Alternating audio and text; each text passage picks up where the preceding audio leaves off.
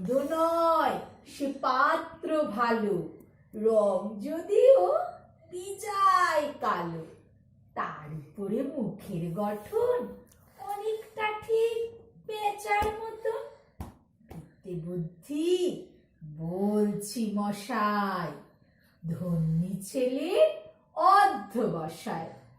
19টি বার ম্যাট্রিকে সে ঘায়েল হয়ে থামলো শেষে। বিষয় আশয় গরিব বেজায়, কষ্টে সৃষ্টে দিন চলে যায়। মানুষ তো নয়, ভাইগুলো সব একটা পাগল একটা গোয়াল। আরেকটা তো তৈরি ছেলে, জাল করে নোট গেছেন জেলে।